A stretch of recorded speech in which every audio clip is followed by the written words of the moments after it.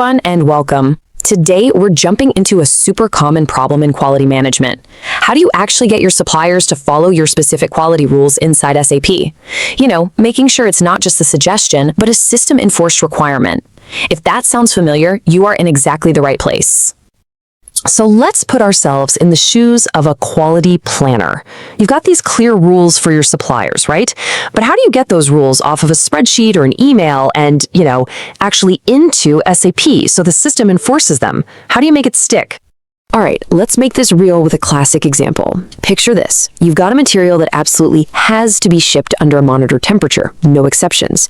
That's a delivery thing. But at the same time, you've got this great relationship with a supplier, and you've agreed that if they send a quality certificate, you can skip your own inspection.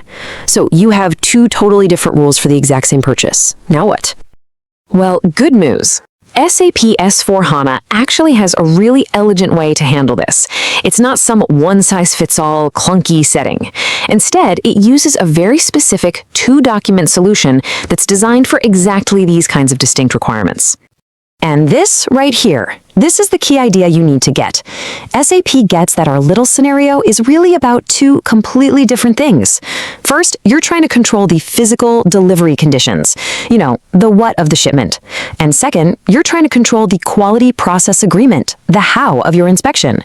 And for each of these, SAP gives you a separate, dedicated tool.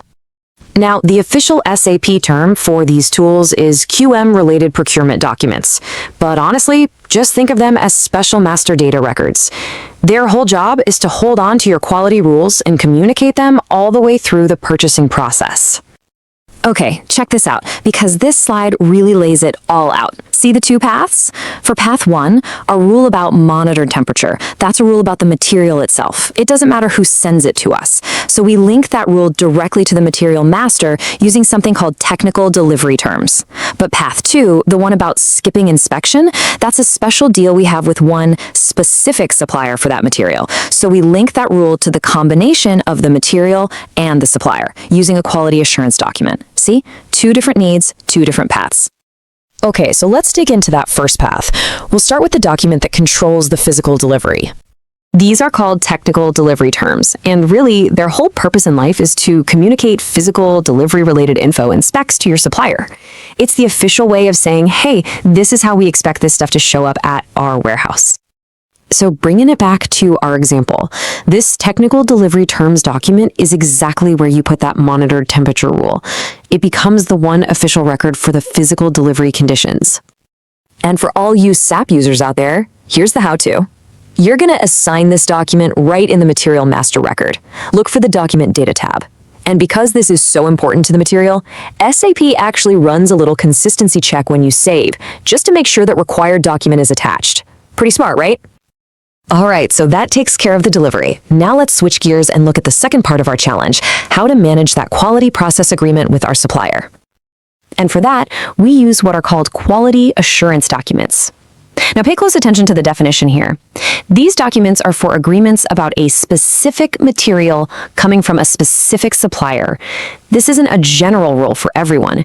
It's all about the unique relationship you have with one vendor. So their whole purpose is to make those process agreements official. This is the exact spot where you would document the rule that says, hey, we've agreed to skip our incoming inspection for this material from this supplier, but only if they include an approved certificate. It formalizes that handshake deal. So where does this live in SAP? Well, not in the material master by itself. This one gets assigned to the quality info record. That's the master data that's created for that unique combo of one material and one supplier.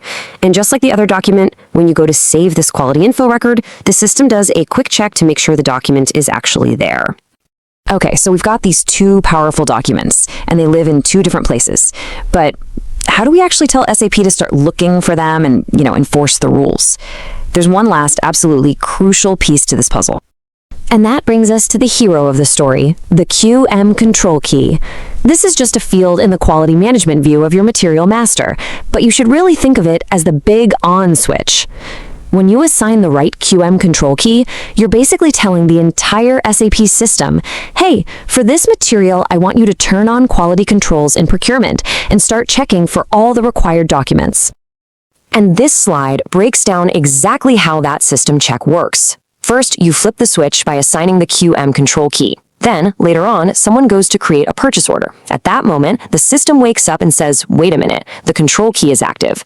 It then checks if the required document is in place. If it's missing, the system raises a message, often stopping the process right there. It ensures your rules are followed before an order can even go out the door. All right, let's wrap this all up with a nice, clear takeaway from this whole thing. It really all boils down to this. Use the right tool for the right job. When you're talking about the physical what of the delivery, you use technical delivery terms linked to the material. But when you're talking about the how of your inspection process with a specific partner, you use quality assurance documents linked to the quality info record. Simple as that. And why is this so important? Because when you do this right, you stop just hoping your suppliers follow the rules, and you start making it a system requirement. Having this precise documentation right inside SAP, well, that leads directly to a much more predictable, much more reliable, and ultimately a high-quality supply chain for your whole company. So, I'm going to leave you with a final question to think about. You now know what these documents are and what they do. The big next step is putting it into practice. So, how are you going to take this back to your team and make sure everyone understands not just what buttons to click, but why they're choosing one document over the other and when to use each one? Because that is the real key to mastering your quality process in SAP.